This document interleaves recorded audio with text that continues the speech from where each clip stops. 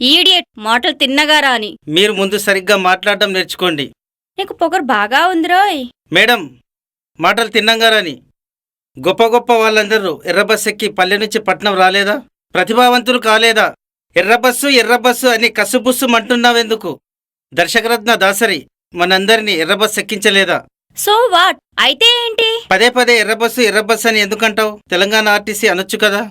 ఆర్టీసీలో కూడా నీలాంటి వాళ్ళకి హైటెక్ బస్సులున్నాయి. ఆ విషయం తెలియదా?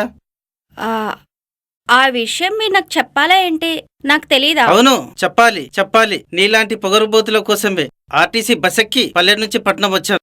షార్ట్ ఫిలిం తీసి చూపిస్తా. అవునా? అయితే నాకు ఒక ఛాన్స్ ప్లీజ్.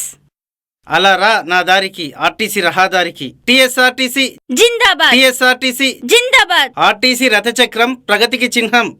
ఆర్టీసీ బస్సులలో ప్రయాణించండి, మీ గమ్యస్థానానికి సురక్షితంగా చేరండి.